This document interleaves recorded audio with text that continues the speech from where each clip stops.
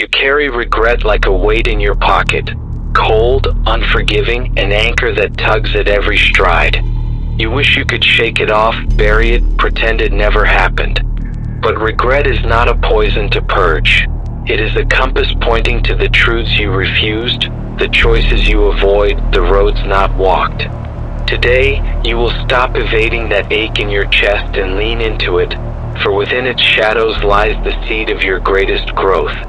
You sink to the floor of memory and place your hand over the faint pulse of your sorrow.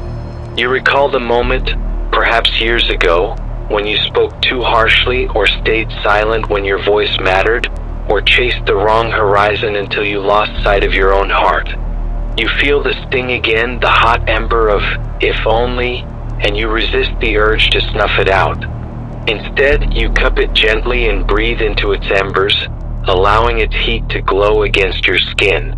You understand that regret is more than recrimination. It is the soul's way of marking where you diverged from your deeper self. You lean closer and let its voice speak. Here you compromised your integrity. Here you abandoned your longing. You do not flinch. You let your tears come, not as a shameful confession, but as an acknowledgement that you are alive enough to feel the cost of your choices. You rise from the floor, regret still wrapped around you like a cloak. You unfurl it deliberately, sensing its full weight. The paths it obstructed, the relationships it corroded, the confidence it eroded. You see how you have hidden in the tattered folds, shrinking from new risks for fear of repeating the same mistakes.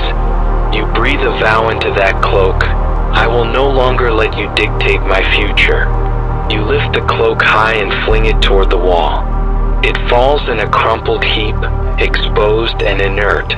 You feel the breeze of possibility swirl where it once clung.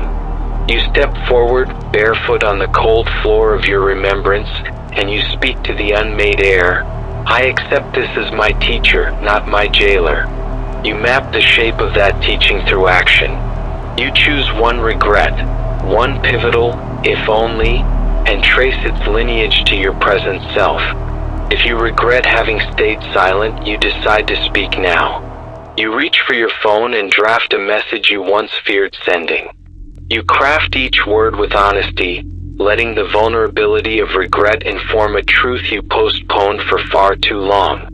You press send and the world trembles. If you regret having burned a bridge, you walk to the place that holds the scar. You close your eyes and imagine the person you wronged standing before you. You speak the apology you suffocated, owning your part without excuses. You feel the weight lift, the knot in your chest untangle. Whether they reply or not, you have honored your own integrity. If you regret having abandoned your dream, you open the drawer where your first draft or your abandoned instrument lies coated in dust.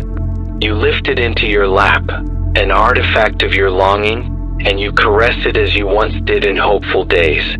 You commit to one small act today, a single paragraph, a single chord, a single step toward the vision you left behind. You let the sweat of your effort baptize that relic with renewed purpose. At every turn, you invite regret into partnership rather than exile. You sit in its presence and ask, what am I meant to create from this sorrow? You scribble its answers in a journal, lessons in courage, maps of boundaries, affirmations of self-worth. Each insight is a brick you lay to rebuild the corridors of your becoming. You build a simple ritual around this reclamation. Each dawn, you will revisit one regret, no more than one, so its wisdom does not overwhelm you. You will read your journal aloud, speak its truths into the quiet air, and watch how the morning light refracts on your tears, turning them into dew that nourishes your resolve. You practice forgiveness as alchemy, turning the lead of regret into the gold of intention.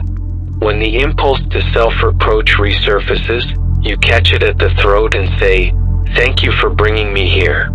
You exhale and watch it dissipate, its power ceded to your newfound gratitude for learning.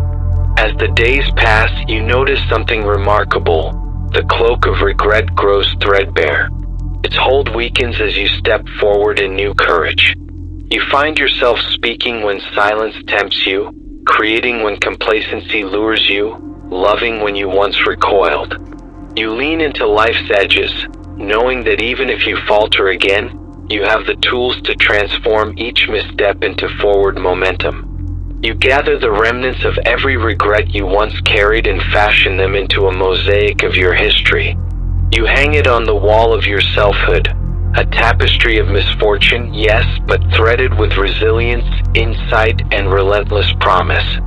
When someone asks you why you bear those broken tiles, you answer simply, because each crack has let in the light that now guides my path.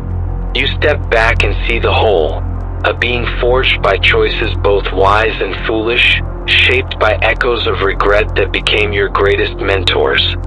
You no longer fear regret's sting. You thank it for its brutal compassion. You recognize that to live without regret is to live without growth, without risk, without the profound clarity that comes from touching your own shadow.